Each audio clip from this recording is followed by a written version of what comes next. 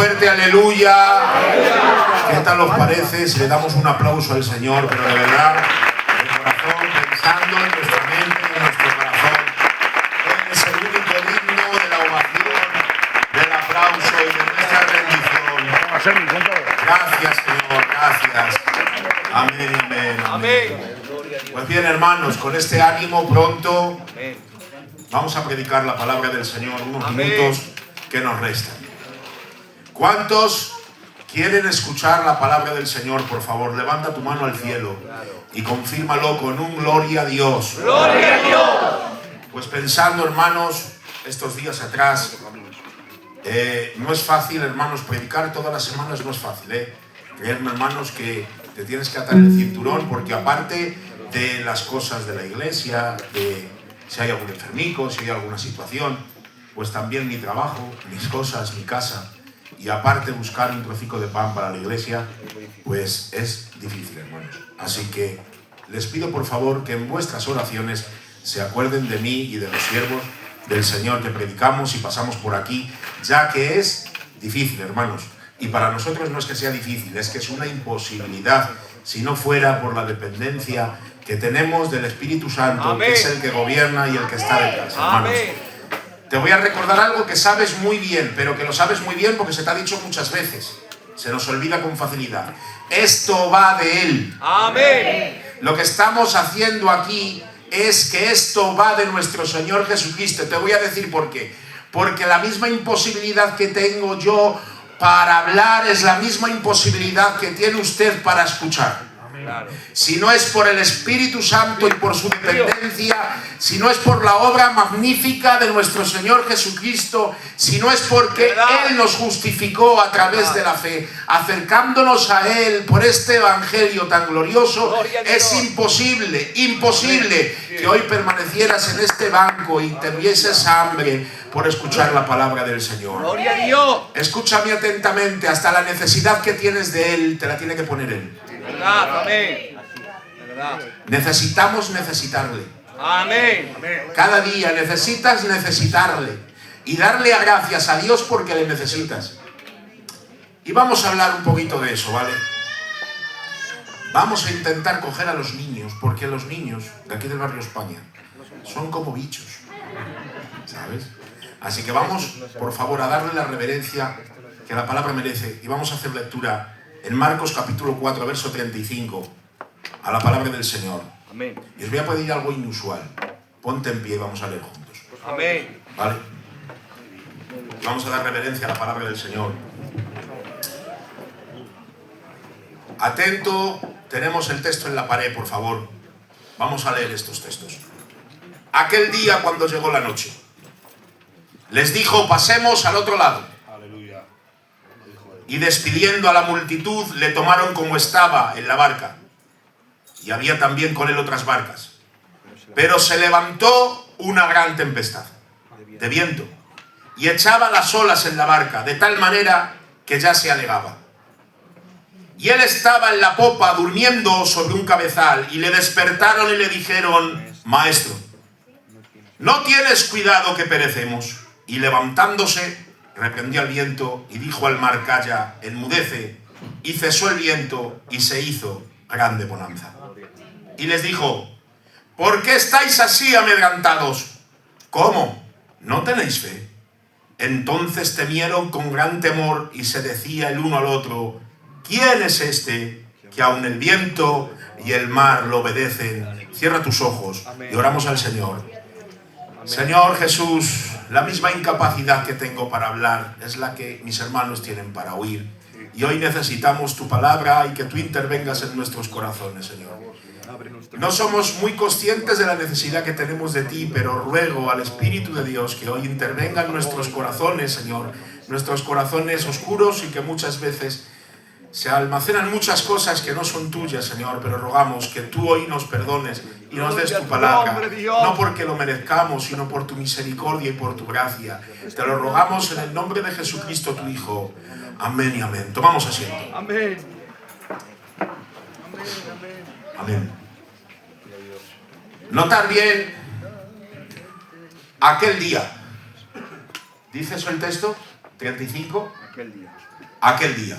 ¿Qué sucedió aquel día? Aquel día Jesús estuvo predicando durante todo el día. ¿Saben qué predicó? Predicó un sermón muy importante que es la parábola del sembrador. Estuvo durante horas, y dice la palabra bien, despidiendo a la multitud. Una multitud durante todo el día predicándoles. Pero ahora pongan en contexto su mente y piensen en el texto con cordura. No tenían micrófono, ni megafonía, ni bancos para sentarse. Eran en lugares desérticos, en campos, en aldeas, y se sentaban en el césped, en la arena, en piedras, donde podían. De tal manera que los que saben dicen que el mensaje era así. Predicaba, llegaba a la tercera, a la cuarta, a la quinta fila, y los de atrás iban predicando a los otros. Porque era imposible, porque la Biblia no exagera. La Biblia no es gitanica. No exagera. Decía que era una multitud, y era una multitud. Esta multitud le siguió durante todo el día. Eso es lo que sucedió en aquel día. Poneros en contexto. ¿Qué cansancio trae hablar durante todo el día a una multitud que te sigue? ¿Te has dado cuenta cuando estás en un tumulto de mucha gente en la cual tienes que hablar, que no os entendéis mucho, pero que tienes que estar un rato hablando? ¿Cómo llegas a casa? No he hecho nada, mujer, no he hecho nada, pero es que me han dado un palizón. ¿Por qué he tenido que estar hablando? ¿Cuánto has hablado? ¿Media hora? ¿3/4 de hora? ¿Y llegas reventado a casa? Sí. Imagínate durante un día entero, mientras el sol estaba, y predicar sin megafonía, sin micrófonos. ¿Qué cansancio no tendría un cuerpo, hermanos?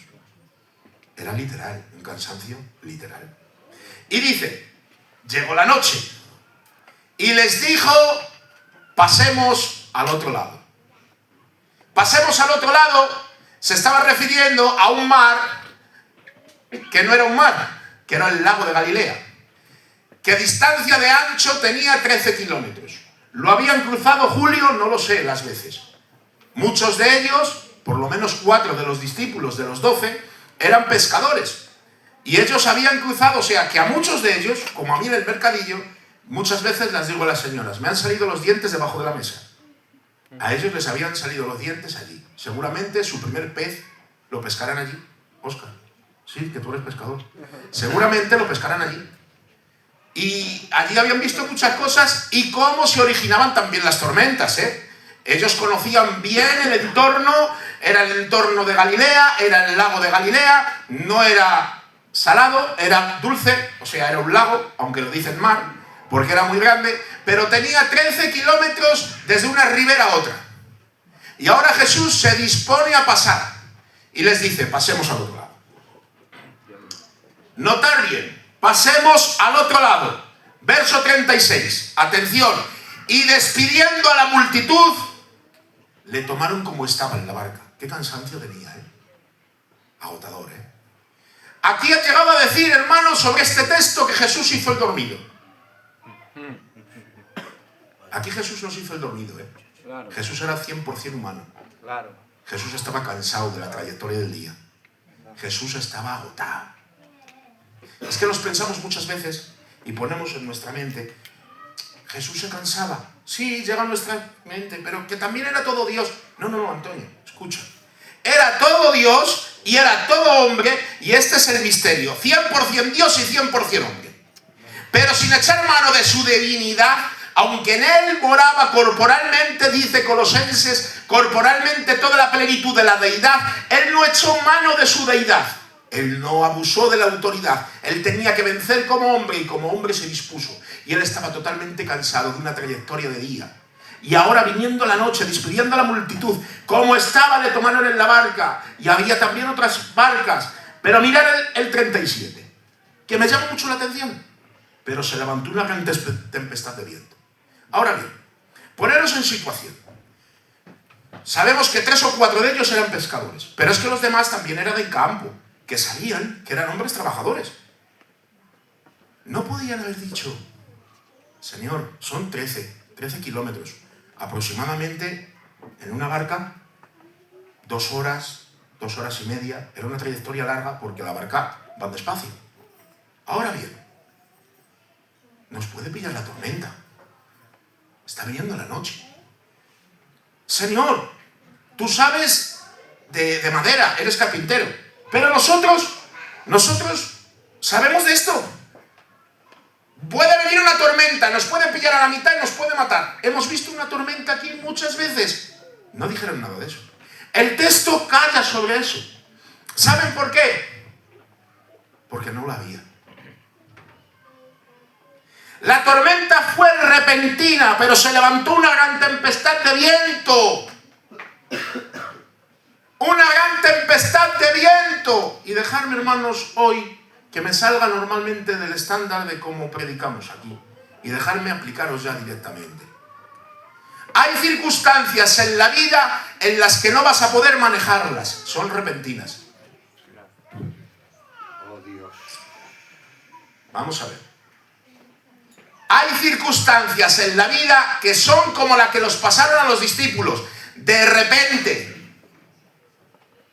Basta el día su propio mal, dijo Jesús. ¿Sabes por qué? Porque el día en sí ya trae su propio mal. Hay pruebas, hay circunstancias y hay pruebas repentinas que nosotros no podemos manejar. Y qué mal, hermanos, qué mal cuando las circunstancias no las podemos manejar, ¿eh? Qué mal cuando el problema que viene se te ha ido de las manos. Qué problema, ¿eh? ¿Qué problema es que cuando está llamando a tu puerta una economía escasa y estás pasando por una escasez que no te imaginabas? ¿Qué problema cuando viene una tormenta y llama a la puerta una enfermedad que no esperabas? Antes de entrar a la consulta eras una persona, después de salir de la consulta eres otra. Problemas, hermanos, de accidentes de tráfico, problemas de muchas cosas que vienen en la vida y que no las puedes prever. Igual que ellos no pudieron decir: Señor, vamos a quedarnos que nos pilla la tormenta. En esta vida tampoco podemos decir: Señor, mira esto, que va a venir esto. No. El problema está en que hay 2 tipos de circunstancias. Y es consecuencias de tus decisiones y tormentas que no puedes prever. Son 2 cosas diferentes. Aleluya. Hay circunstancias, hermanos, que no es que Dios deje de manejar. No. Es que son consecuencias de las malas decisiones que tomamos. Y hay consecuencias. Y hay que pagar. Y las consecuencias son graves. Pero es que hay circunstancias, perdonadme, hermanos, porque voy a hablar muy claro, más que nunca. Hay circunstancias literalmente y con profundidad te lo digo, es donde Dios te mete. Aleluya. Aquí bien sabía Cristo lo que iba a suceder siendo un simple carpintero, porque el que estaba cansado también era totalmente Dios. Pero también no era cualquier hombre. Era un hombre lleno del Espíritu Santo, con un discernimiento, hermanos, que lo vemos a través de todo el Nuevo Testamento. Entonces, ¿qué es lo que aquí sucedió? Que cuando se levantó este gran viento y echaba las olas en la barca, estos que eran fieras, que se habían visto en muchas y habían manejado la barca en muchas circunstancias y muchas veces habían sujetado la barca y habían dicho: aquí no, que aquí nosotros ya sabemos mucho. ¿Qué pasa? Que fracasaron donde eran más fuertes. Aleluya. Y muchas veces las circunstancias que nos apretan a nosotros es fracasar donde nos pensamos fuertes. Señor, amén. Dios permite que fracases donde crees que tienes todo tu valor. Dios muchas veces nos prueba con circunstancias que nosotros no podemos ver para sacar lo mejor de nosotros. ¿Quieres depender de Dios? ¿Le has dicho en oración al Señor: quiero depender de ti? ¿Le has dicho: Señor, totalmente quiero depender de tu voluntad? ¿Se lo has dicho en oración? Muchas veces no hemos sabido lo que hemos pedido. Verdad, sí es. No somos conscientes de lo que pedimos. Porque cuántas cosas tiene que derribar Dios para poder plantar otras. Claro. Cuántas mesas tiene que sacar de este templo sucio. Este templo de cambistas que está dedicando el templo de oración para otras cosas que no son objetivas. Y tiene que venir con el hato de cuerdas y derribar las mesas. ¿Cuántos altares tiene que derribar Dios que hemos levantado a dioses ajenos que no son Él? Gloria a Dios. ¿Quieres depender de Dios? Amén. Te lo voy a decir crudo. Hay muchas veces que sufrir. Claro. Hermanos, muchas veces hay que sufrir la dependencia. Y si no, contéstame. No me contestes, piénsalo. ¿Cuándo has dicho a Dios, ayúdame, Señor, necesito salir de aquí? Cuando estás en una circunstancia que no manejas o en una circunstancia que manejas. Claro. ¿Te has acordado de Santa Bárbara cuando truena? Has llamado al 112 y has dicho, necesito una ambulancia ya, ven a recogerme. ¿Sabes cuándo te has acordado de Dios? En toda la circunstancia. Cuando no la manejas. Cuando has perdido toda tu fuerza. Cuando has perdido todas tus directrices. Sí, Señor. Necesitamos perder mucha fuerza. Aleluya. Desde aquí se dice mucho, dependemos de Dios, dependemos de su gracia, dependemos de su misericordia. Y tú desde ahí nos aplaudes, nos vitoreas y nos dices amén y aleluya. Pero ¿cuándo llama la enfermedad? Claro. ¿Y cuándo llama esta circunstancia que no puedes ver? Que te lo has visto delante de ti. ¿Qué ha pasado? ¿Dependemos de Dios? Vamos al pasaje. Aleluya. Y nos lo va a aclarar bastante bien. Pero se levantó el 37 una gran tempestad de viento y echaba las olas en la barca de tal manera que ya anegaba. Y estaba en la popa durmiendo sobre un cabezal. Y le despertaron. Y le dijeron, maestro, no tienes cuidado que perecemos. Aquí no sabemos qué discípulo se acercó a decírselo. La Biblia no lo dice. Pero no lo dice, yo creo, hermanos, que no lo dice por no avergonzarle. Porque aquí es una falta de fe clarísima. Una falta de fe clarísima. ¿No tienes cuidado que perecemos? Quedaros con el primer texto. Leer conmigo. Aquel día, cuando llegó la noche, les dijo, pasemos al otro lado. Aquí viene el contexto, hermanos. ¿Sabéis cuánto llevaban en el ministerio de Jesús en este punto de la historia? Año y medio. ¿Sabéis cuánto duró el ministerio terrenal de Jesús? 3 años y unos meses. O sea, estaban a la mitad de su ministerio. ¿Sabéis qué quiere decir eso? Que el primer año, tío Machaco ya había acabado su ministerio en Judea y había iniciado el ministerio en Galilea. El ministerio de Juan es 1 año en Galilea, 1 año en Judea, perdón, y después cambia y se va a Galilea. Escuchadme bien. Habían visto tantos milagros que no los puedo enumerar ahora mismo. Habían visto cómo devolvía la vista a los ciegos, cómo sanaba a los leprosos, cómo ponía a andar a los inválidos, a los cojos, y cómo limpiaba de una lepra maligna a todos que estaban impregnados en su piel. ¿Cuántos milagros habían visto? Pero es que no quedé ahí. Es que ya habían visto cómo Jesús resucitaba. Ya habían visto cómo resucitaba Lázaro. Ahora poneros en contexto. Una tormenta se levanta, Jesús está durmiendo, mirad si estaba profundamente dormido, que unos estaban muriendo y Jesús estaba dormido. Aquí vendría una aplicación muy bonita. No dejes que Jesús se duerma en tu barco. Es un error. Jesús nunca duerme. Aquí la Biblia nos dice que duerme porque está hablando del Cristo humano, Jesús humano, cansado del camino. Este que se cansó durante el día estaba dormido profundamente. ¿A qué punto? A que uno tiene que tocarle y decirle, no tienes cuidado de nosotros. Pero ¿cuánto tiempo llevas? Llevo año y medio viendo cómo Jesús se mueve, cómo sana, cómo hace milagros. ¿Y qué ha pasado? ¿Quién es el que te ha dicho que pasemos? Es que la envergadura de la palabra la tiene dependiendo quién la diga.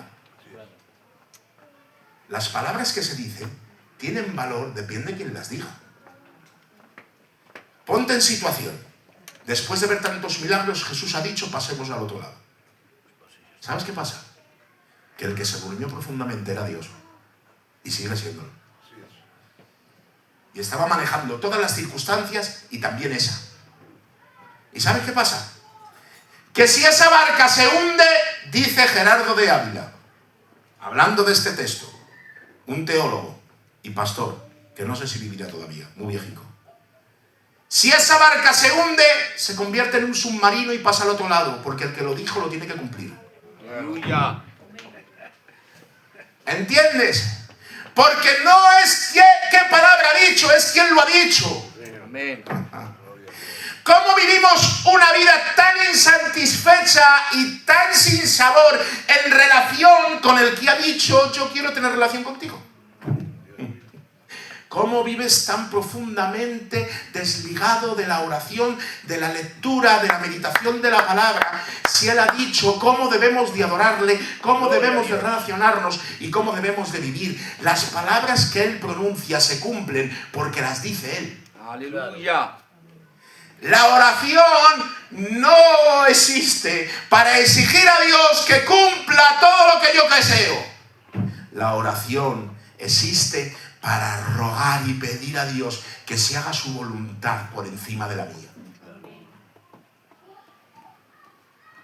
La oración no cambia la voluntad de Dios. Pero pide, hermanos. Hay promesas por las que puedes pedir legítimamente. Y no quiere decir que te las vaya a dar porque Él lo ha prometido. Es si Él quiere. ¿Y sabes qué ha dicho? Que en su Hijo Jesucristo está la victoria.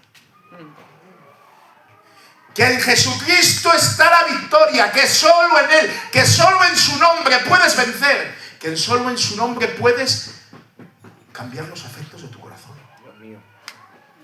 Me decía un hombre hace unos días de la iglesia, ¿cómo Dios puede cambiar los afectos? ¿Cómo te imaginas, hermanos, que Dios internamente pueda cambiar lo que deseas, darle la vuelta y ponerle en foco a Él y desear lo que Él desea? Eso es lo que hace la nueva naturaleza. Eso es lo que hace el Espíritu Santo dentro del creyente. Desenfocarte a ti, enfocarnos a Él. Oh, Dios mío. Pero no como algo subjetivo, sino como algo objetivo. Y el objeto, ¿sabes quién es? Él mismo. Es que Él ha prometido que por medio de su muerte y de resurrección pasamos al otro lado. ¿Sabes qué quiere decir eso? Eso quiere decir que Él ha dicho, yo voy a preparar lugar. Aquí muchas veces se dice, se ha ido a preparar moradas. No, las moradas ya estaban. El texto dice, en la casa de mi padre muchas moradas hay. Me voy pues a preparar lugar. Lo que no teníamos era lugar. Aleluya. Él se ha ido a preparar un lugar donde no teníamos acceso. ¿Y sabes quién lo ha hecho? Lo ha hecho Él por el velo de su carne.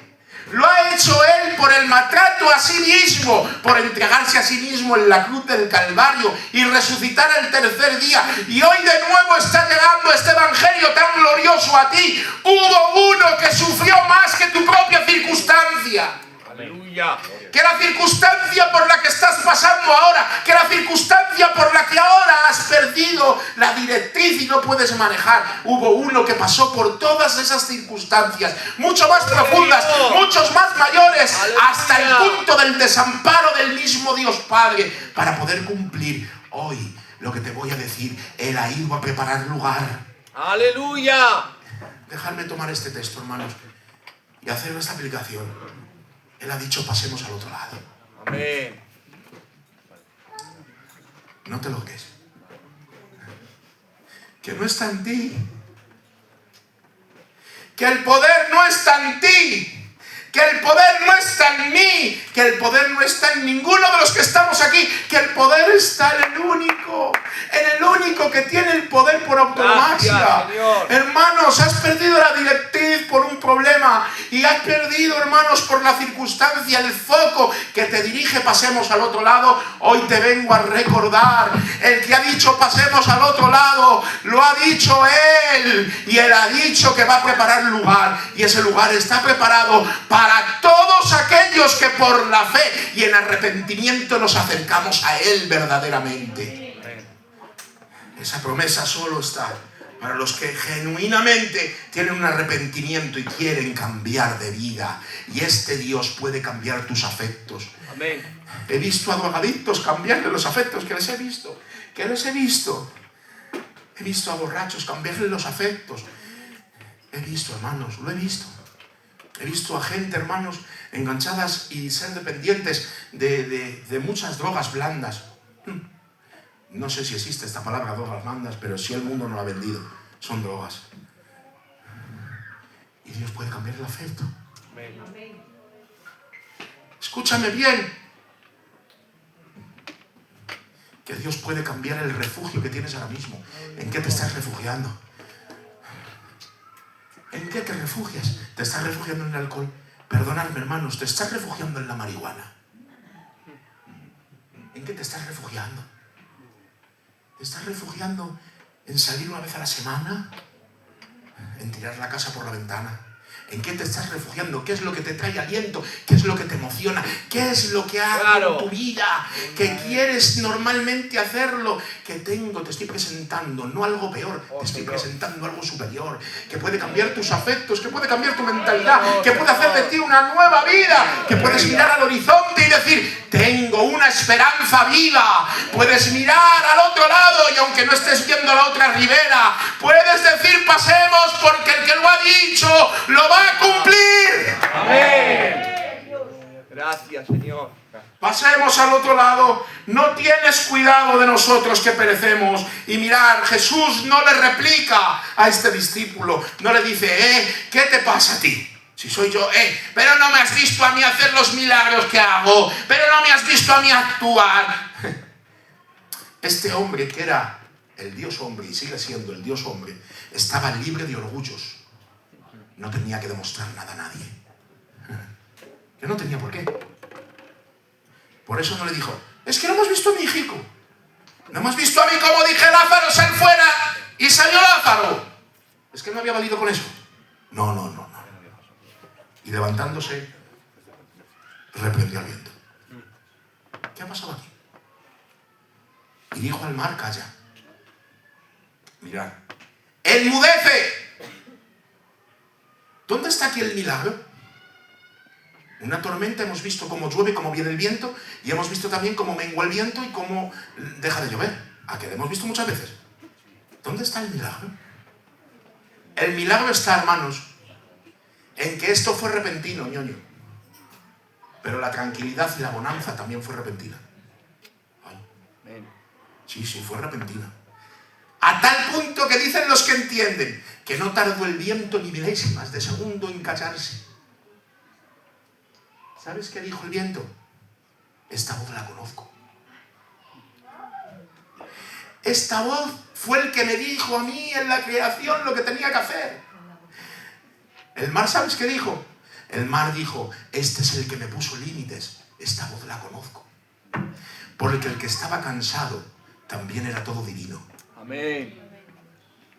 Y este que está cansado en la barca, durante todo el día se ha puesto de pies y es el todo Dios. Aleluya. Y el viento y la mar le obedecen. Amén. ¿Qué estás teniendo? El que ha dicho pasemos al otro lado tiene la potestad sobre los vientos y sobre los mares. Mirad, y cesó el viento y se hizo grande bonanza. Mira, aquí también arriba dice gran tempestad. La palabra gran aquí traducida del griego es mega. ¿Sabéis qué quiere decir mega? Grande, poderoso, gigantesco. Todo eso son sinónimos de mega. Y aquí Cuando cesó el viento, también se hizo una mega bonanza. Amén. Una grande tranquilidad repentina. ¿Sabes el único que te puede sacar de la prueba en la que estás viviendo? El que permitió que la pasaras. ¿Sabes el único que te va a hacer victorioso en esta prueba? El que te introdujo en ella. ¿Sabes por qué? Porque la victoria está en él. Amén. ¿Y qué está haciendo a través de la prueba que estoy teniendo? Fácil, la Biblia nos contesta. La imagen de su Hijo. Gracias. Creyente que me escuchas, en la circunstancia que estás pasando, tienes que aprender a sacar de ti mismo, sometiéndote a Él, la imagen de Jesucristo. Amén. La prueba para el creyente no es ningún fracaso. Aleluya. La prueba para el creyente es un trampolín. Amén. Y si no empiezas a ver con una visión clara tus pruebas, vas a vivir asumido, amargado, en ansiedades, preocupándote por cosas que no te tienes que preocupar. Te llega la enfermedad del siglo XXI, que no es enfermedad, la ansiedad. ¿Has pasado por ansiedad? ¿Sabes lo que es la ansiedad? ¿Sabes lo que es una depresión? Qué mal se pasa, ¿Sabes? ¿Sabes por qué pasa eso? Porque todavía realmente no tienes la confianza suficiente en el que dijo pasemos. Te paras a pensar, y como dice Martin Lloyd-Jones, cuando yo estoy pasando por una prueba, que estoy a punto de caer en una depresión, me empiezo a predicar a mí mismo. Y me empieza a decir, Martin, este es un hermano que se ha partido con el Señor, un teólogo, en el Dios que confías es soberano, Él sabe por qué estás pasando por aquí, y al final es un triunfo. Deja de mirarte a ti y mírale a Él. Amén. Como no empiezas a ver tu prueba como una perspectiva de un trampolín a la imagen de Dios, y quieras salir de ella, y quiero salir, te vas a ver cada vez en unas arenas movedizas que contra más te muevas en esta prueba, más te hundes. Escúchame bien. Él es el que dijo pasemos al otro lado. Aleluya. Mírale con fe. Amén. Y dile, quiero estar enfocado en ti. Amén. Voy a terminar ya. Cesó el viento, cesó la mar, se hizo mega bonanza. Y les dijo, ¿por qué estáis así amedrentados? A ver, esta es una pregunta retórica. La pregunta retórica es una pregunta que ya tiene la contestación en sí, y te la estoy haciendo para que te examines. ¿Por qué estás amedrantado? ¿Quién no está amedrantado ahí, Antonio? ¿Quién no tiene miedo? ¿No es una pregunta un poco retórica? Ya tienen la contestación. Estoy amedrantado porque nos estamos muriendo. Estoy mal porque estoy al borde de la muerte y me estoy viendo en tal peligro de muerte que tengo miedo. ¿Qué pregunta es esa? Mirad. ¿Por qué estáis amedrentados? ¿Cómo? No tenéis fe. Aleluya. Verso 40. ¿Cómo? No tenéis fe. ¿Sabéis qué significa aquí fe? ¿Cómo viene traducido fe? Traducido viene pistis. ¿Sabéis qué significa pistis? Persuasión. Les estáis diciendo, ¿cómo todavía no estáis persuadidos de quién soy? Todavía no estáis mirando con esta persuasión de fe al que ha dicho pasemos al otro lado. Hermanos, es tan terrible la falta de fe. Es tan terrible muchas veces esta falta de fe que tenemos en el que ha dicho pasemos al otro lado. Hermanos, es tan fuerte, hermanos, ver a Cristo obrar. Es que no has visto a Cristo obrar. Es que no estás viendo, hermanos, la libertad de culto que tenemos. Es que no estás viendo que gente se convierte, que gente del mundo viene y cambia. Es que no estás viendo milagros. Es que no les ves. Bien, pues eso no nos sirve. Lo que te sirve es el Evangelio. Amén. Te se está predicando continuamente el Evangelio. Te hago la misma pregunta. ¿Cómo todavía no estás siendo persuadido por lo que te estoy diciendo? Todavía no tienes la persuasión de correr a Cristo con todas tus fuerzas. Todavía no te he convencido.